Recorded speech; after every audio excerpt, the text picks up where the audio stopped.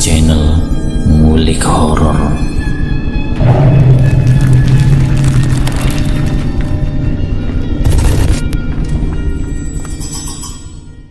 Assalamualaikum warahmatullahi wabarakatuh. Jumpa kembali di channel Ngulik Horor. Channel ini menceritakan tentang kisah-kisah misteri. Pada kesempatan kali ini saya akan membawakan kisah misteri yang diambil dari YouTube-nya Ngulik Misteri dan ditulis oleh @nafila. Kalian juga dapat mengunjungi YouTube-nya Ngulik Misteri ya. Nanti link saya akan sediakan di kolom deskripsinya. Oh ya, di dalam cerita ini nama dan tempatnya disamarkan semua ya, untuk menjaga privasi pihak yang terlibat di dalamnya. Yuk daripada kita lama-lama, langsung saja kita simak ceritanya. Bismillahirrahmanirrahim. Kali ini saya akan membawakan kisah misteri yang berjudul Satu Keluarga Terkena Santet Secara Bersamaan. Seperti apa kisahnya? Mari kita kulik ceritanya. Kali ini saya ingin menceritakan kisah satu keluarga yang disantet secara bersamaan, dan pelakunya ini tidak lain adalah tetangganya sendiri. Masalah yang muncul itu memang sudah dari dulu, bahkan semua keluarganya Pak Purnomo ini pasti punya masalah dengan keluarganya Pak Wiryo.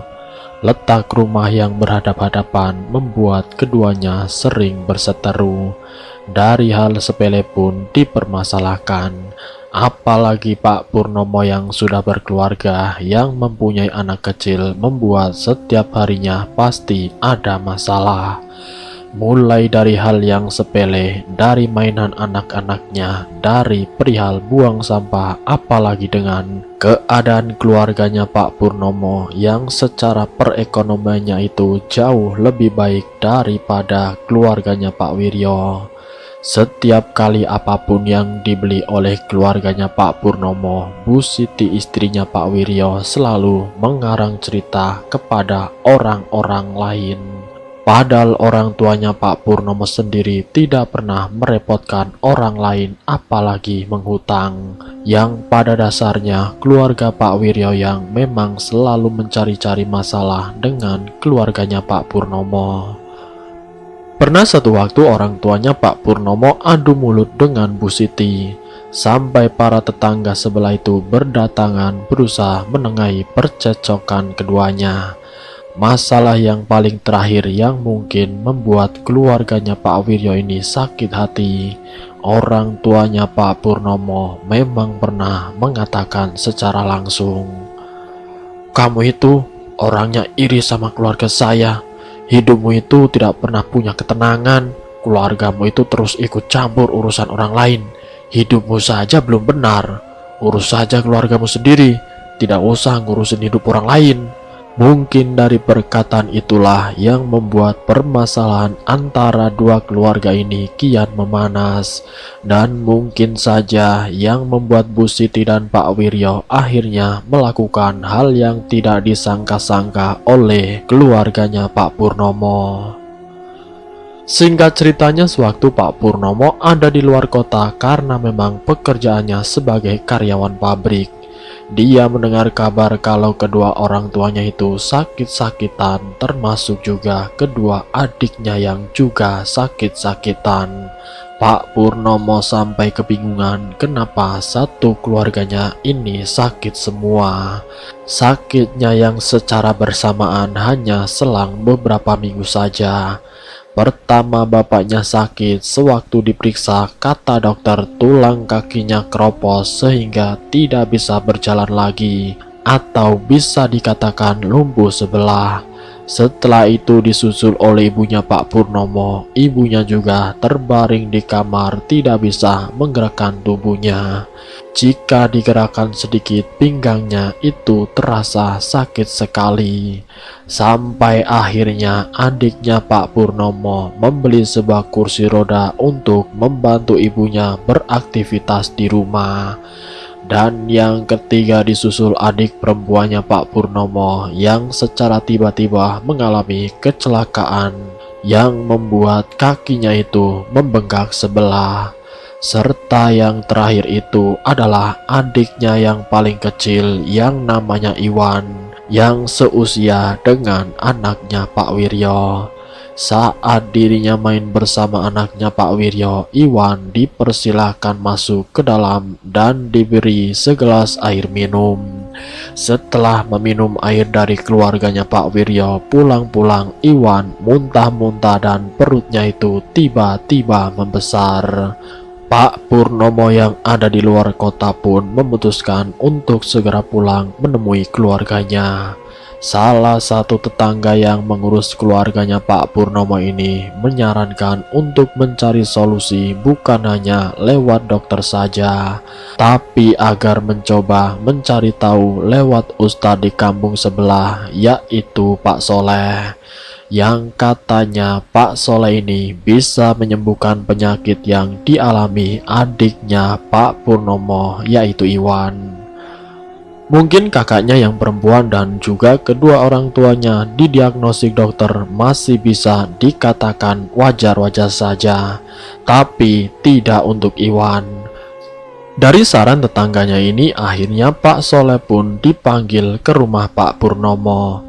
Saat Pak Soleh ini masuk ke dalam rumah, langsung dihadapkan dengan keadaan Iwan yang terbaring dengan perut yang membesar. Astagfirullahaladzim.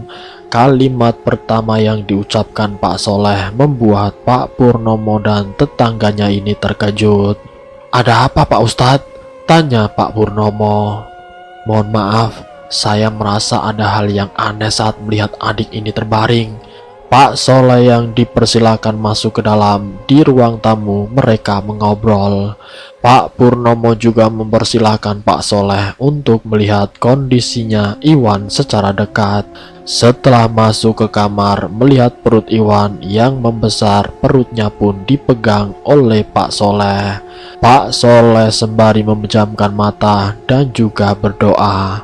Selepas menarik tangannya dan mengatakan tentang kondisinya Iwan yang mengalami sakit-sakitan, tapi itu ternyata bukan sakit seperti pada umumnya. Ternyata ada sesuatu yang masuk ke dalam perutnya Iwan yang berupa hal gaib. "Sebenarnya ada masalah apa dengan adikmu ini?" tanya Pak Soleh. Iwan pun menjelaskan dalam keadaan dia yang sakit menahan perut yang benar-benar sangat sakit seperti ditusuk-tusuk. "Kemarin saat saya ini main sama tetangga sebelah, saya dipersilahkan masuk ke dalam. Saya duduk dikasih air minum, dan saya pun kemudian meminum air itu. Tapi setelah itu saya balik ke rumah, kok secara mendadak itu saya langsung mual-mual dan muntah-muntah. Muntahnya pun seperti ada darahnya. Padahal sebelumnya saya itu tidak pernah ada keluhan sakit, dan keesokan harinya perut saya itu rasanya sakit seperti ditusuk-tusuk, dan setiap malam itu benar-benar terasa sakitnya," ujar Iwan menjelaskan. Setelah mendengar penjelasan dari Iwan, Pak Soleh kembali memegang perutnya Iwan. Dielus-elus perutnya sembari membaca ayat-ayat suci Al-Quran. Perutnya yang kian mengempes, tapi kondisinya Iwan yang terus memberontak, menggelinjang, guling ke kanan, guling ke kiri dengan teriakan kesakitan. Tapi Pak Soleh tetap saja dengan kusuk membaca doanya. Saat perutnya Iwan ditekan oleh Pak Soleh, muncullah sesuatu dari dalam perutnya Iwan, yaitu berupa paku yang sudah berkarat dan juga berlumuran darah. Sementara kedua orang tuanya yang menyaksikan dari kejauhan karena kondisinya yang memang tidak memungkinkan untuk berjalan dan mendekat kepada Iwan. Mereka menyaksikan sendiri kalau di dalam perutnya Iwan ada paku yang tertancap. Setelah dikeluarkan dari perutnya, Iwan yang juga secara langsung melihatnya, tiba-tiba Iwan langsung pingsan. "Loh, kenapa adik saya, Pak? Kok pingsan?" tanya Pak Purnomo khawatir. "Tidak apa-apa, ini hanya penetralan gaib yang ada di dalam tubuhnya.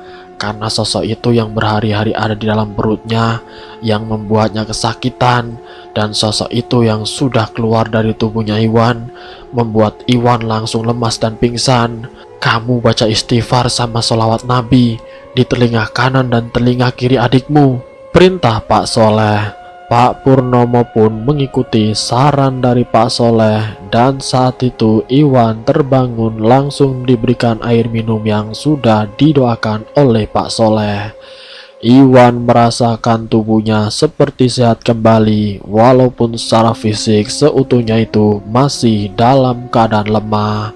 Tapi setidaknya rasa sakit itu sudah benar-benar hilang, yang membuat Iwan merasa bersyukur semuanya sudah berlalu. Namun ternyata bukan sampai di situ saja. Pak Purnomo menanyakan, termasuk keluarganya Pak Purnomo juga menanyakan kepada Pak Soleh. "Siapa yang mengirimkan paku itu, Pak?" tanya Pak Purnomo.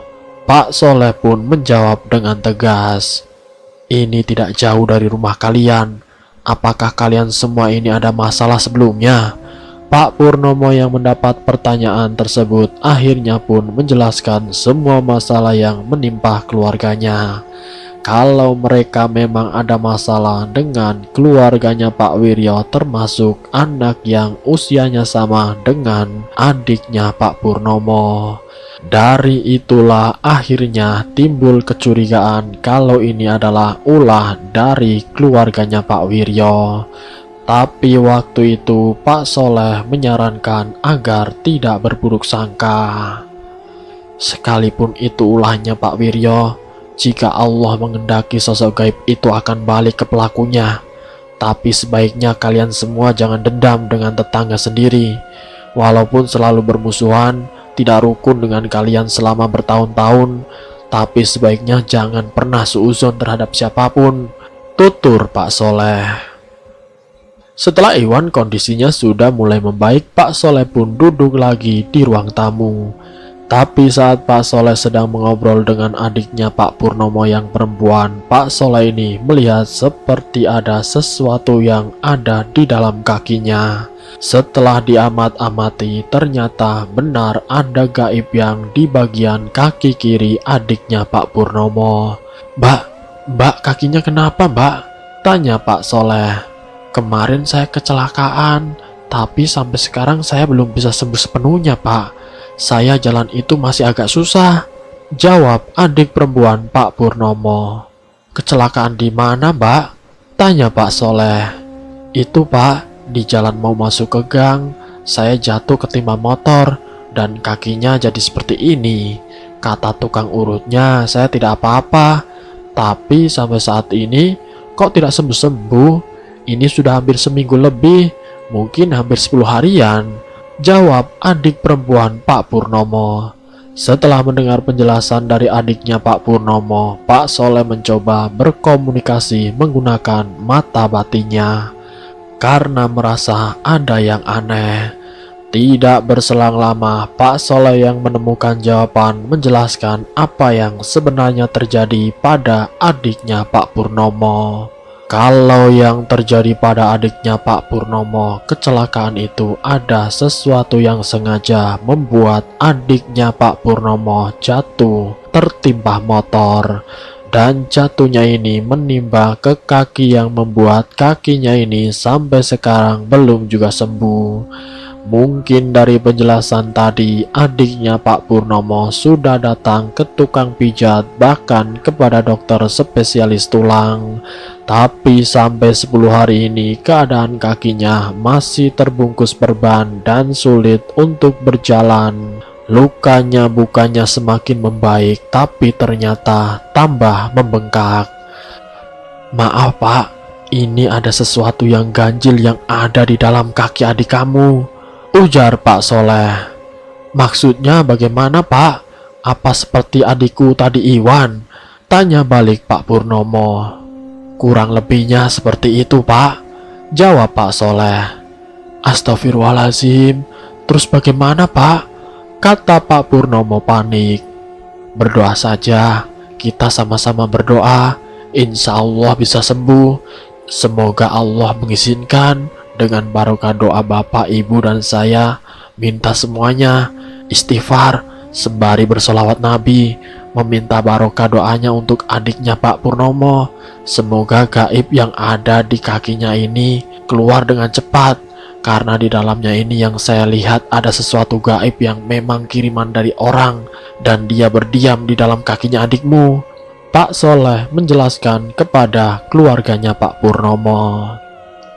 Semuanya mulai membacakan ayat-ayat suci Al-Quran dengan Pak Soleh yang menetralisir rasa sakit yang menjalar di tubuh adiknya Pak Purnomo. Kakinya yang dipegang Pak Soleh membuat adiknya Pak Purnomo menjerit kesakitan. Kurang lebih setengah jam proses untuk mengeluarkan gaib yang ada di kakinya adiknya Pak Purnomo. Orang tuanya tidak tega melihat anak perempuannya yang kesakitan dengan tangisan dan jeritan. Sudah pak, kasihan, ujar orang tuanya Pak Purnomo.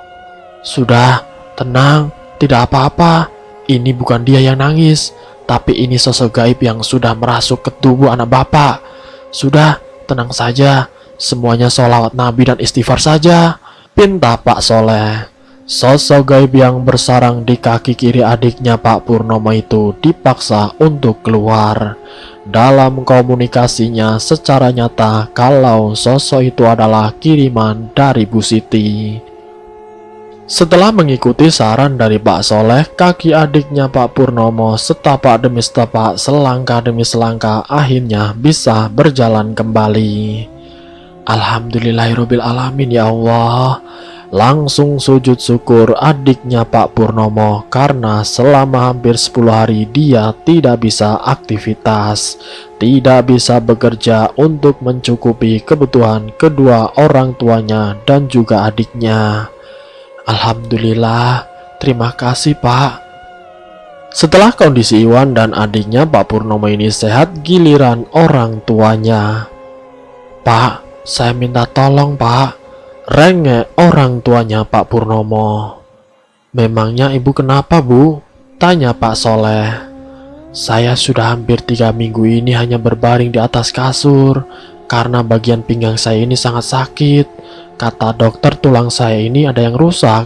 Apakah benar-benar seperti itu? Apa jangan-jangan seperti anak saya yang perempuan? Ibunya Pak Purnomo yang berada di kursi roda didekatkan kepada Pak Soleh. Pak Soleh yang secara spontan terkejut melihat kondisi ibunya Pak Purnomo. Astagfirullahaladzim, tidak bu, tulang ibu tidak ada yang rusak. Insya Allah, maaf ya sebelumnya itu ada apa? Yang pertama Iwan, terus yang kedua anak ibu yang perempuan. Ini ibu sakitnya sudah lama juga kan? Sebelum Pak Soleh menangani masalah tentang sakit yang dialami ibunya Pak Purnomo, Pak Soleh menanyakan tentang masalah yang menimpa keluarganya Pak Purnomo yang mengakibatkan satu keluarga sakit-sakitan. Akhirnya Pak Purnomo menceritakan sebab musabab karena memang ada beberapa hal termasuk ungkapan-ungkapan yang membuat tetangganya sakit hati, termasuk anaknya Pak Wiryo yang seusia dengan Iwan. Pak Wiryo dan Bu Siti itu memang pernah mengatakan, akan kubuat kalian semua itu sakit-sakitan, biar kalian tahu bagaimana rasanya tidak mempunyai apa-apa. Ungkapan itu pernah terucap yang waktu itu tidak direspon oleh Pak Purnomo. Pak Soleh pun akhirnya paham. Ternyata semua ini salah paham karena masalah yang sedari dulu. Setelah mendengar penjelasan itu, Pak Soleh meminta 1 botol air mineral. 1 botol air itu dibacakan doa dan setelah itu diminumkan ke ibunya Pak Purnomo. Air mineral yang sudah masuk ke tubuh ibunya Pak Purnomo, secara spontan ibunya Pak Purnomo berdiri dengan mengacungkan tangan ke wajahnya Pak Soleh. Kamu siapa? Pergi dari sini. Pak Purnomo yang melihat ibunya bertingkah aneh langsung menghampiri ibunya. Bu, ibu kenapa bu? Ujar Pak Purnomo. Tenang pak, ini bukan ibunya sampean, tapi ini sosok yang selama ini singgah di tubuh ibunya sampean. Jelas Pak Soleh. Sementara adiknya Pak Purnomo yang perempuan menangis karena melihat ibunya yang bertingkah aneh. yang tadinya tidak bisa berdiri karena pinggangnya sakit yang sudah hampir 3 minggu lamanya, tapi tiba-tiba berdiri dan menantang Pak Soleh seolah-olah seperti mengeluarkan tenaga dalam dengan gerakan-gerakan aneh. Pak Soleh kemudian melepaskan kain sorbannya dan dikibaskan ke tubuh ibunya Pak Purnomo sembari membaca doa. Walaupun mendapat berontakan, tapi pada akhirnya ibunya Pak Purnomo jatuh pingsan sampai kepalanya ibunya Pak Purnomo membentur meja. Tubuh yang pingsan tersebut langsung diangkat dan dinetralkan.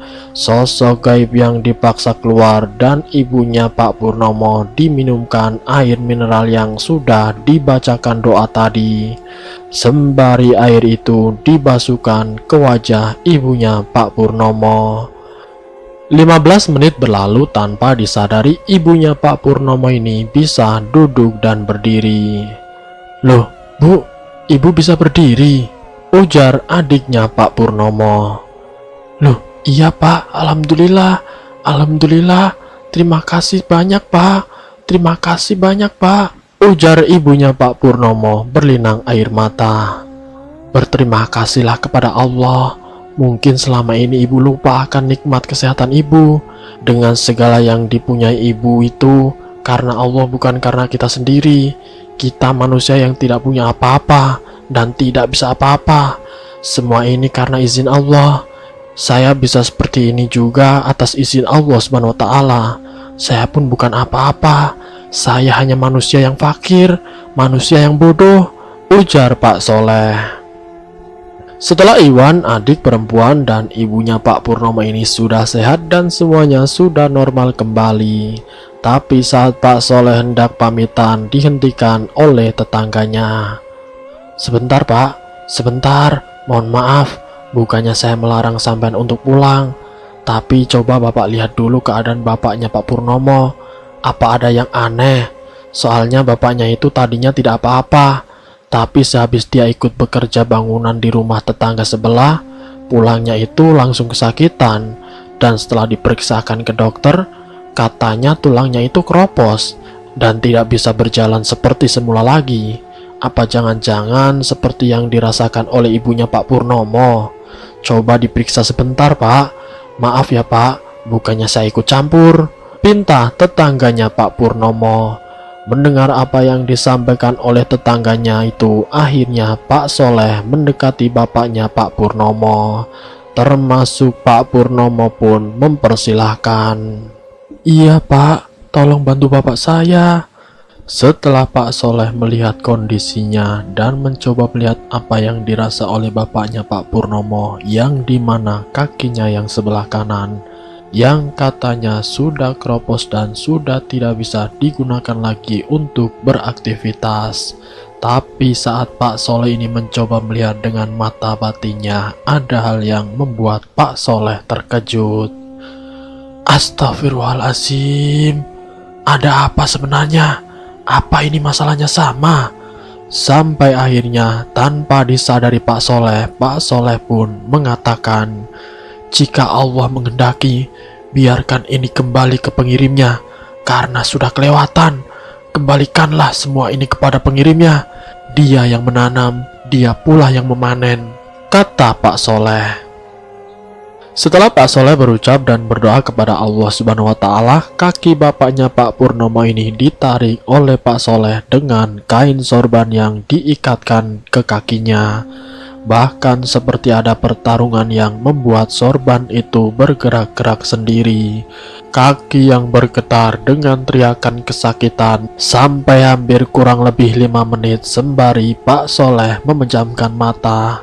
Dengan kebatinannya Pak Soleh bertarung dengan sosok gaib tersebut. Sorban yang ditarik membuat bapaknya Pak Purnomo pingsan. Air mineral yang tersisa dioleskan di bagian kakinya dan tiba-tiba kaki itu bergetar kembali hampir 1 menit lamanya. Namun setelah itu kakinya yang dicoba untuk digerakkan dan juga diayunkan. "Pak, apakah Bapak bisa berdiri?" tubuh bapaknya Pak Purnomo yang dibangunkan oleh Pak Purnomo karena memang sudah sebulan kakinya tidak bisa digerakkan. Rasa sakit yang masih ada, tapi sakitnya tidak seperti sakit saat dia itu ada di tempat tidur. Singkat ceritanya, satu keluarga ini sudah membaik. Beberapa hari setelahnya, satu keluarga ini silaturahmi ke tempat Pak Soleh untuk mengungkapkan rasa terima kasihnya, sembari meminta doa bagaimana caranya agar bisa melindungi diri dari orang-orang yang ingin mencelakainya. Pak Soleh pun memberikan amalan-amalan yang bisa dilakukan setiap hari.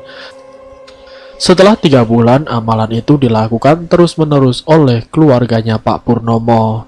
Yang waktu itu Pak Purnomo juga sudah berangkat lagi ke kota karena dia harus melaksanakan tanggung jawabnya sebagai karyawan. Tetapi setiap malam Pak Purnomo selalu melakukan sholat malam, sholat hajat untuk melindungi dirinya dan melindungi satu keluarganya dari orang-orang yang zolim. Dan setelah 3 bulan berlalu, ternyata ada musibah yang menimpa keluarganya Pak Wiryo. Anaknya yang seusia Iwan mengalami kecelakaan yang membuat anaknya meninggal di tempat. Tapi waktu itu keluarganya Pak Purnomo yang mendapatkan kabar tersebut mengira kalau itu semua akibat dari perbuatan Pak Wiryo sendiri. Dan musibah yang menimpa ternyata bukan hanya itu saja, tapi anaknya Pak Wiryo yang lain juga mengalami hal yang lebih tragis, yaitu mengalami kecelakaan sampai kakinya harus diamputasi. Dan sampai sekarang kondisi kakinya hanya satu. Hidup yang masih pas-pasan ditambah musibah terus menimpa keluarga Pak Wiryo. Dan selesai. Dari kisah ini kita bisa ambil hikmah dan pelajarannya, bahwa setiap hubungan antara tetangga kita sebaiknya saling menjaga. Entah itu secara lisan maupun perilaku, jangan sampai ada yang menimbulkan sakit hati, yang akhirnya pikirannya mengarah untuk saling menyakiti. Semoga kita semua selalu dalam lindungan Allah Subhanahu wa Ta'ala. Ambil sisi positifnya dan buang jauh-jauh sisi negatifnya. Terima kasih untuk kalian yang sudah mampir di channel kami. Jika kalian tertarik dengan video kami, silahkan tekan tombol like, share, dan komen. Tekan subscribe untuk mengikuti video-video kami yang selanjutnya. Wassalamualaikum warahmatullahi wabarakatuh.